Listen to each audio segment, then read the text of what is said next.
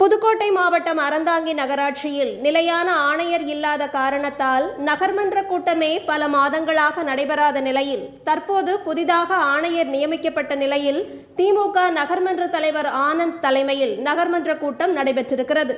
அப்போது குடிநீர் பிரச்சினை குறித்து சுயேட்சை நகர்மன்ற உறுப்பினர் ஒருவர் அதிகாரிகளை சரமாரியாக கேள்வி கேட்டிருக்கிறார். ஆனால் அவரை தொடர்ந்து பேசவிடாமல் திமுக நகர்மன்ற துணைத் தலைவர் வாக்குவாதத்தில் ஈடுபட்ட காணொளி இணையத்தில் வைரலாக பரவி வருகிறது.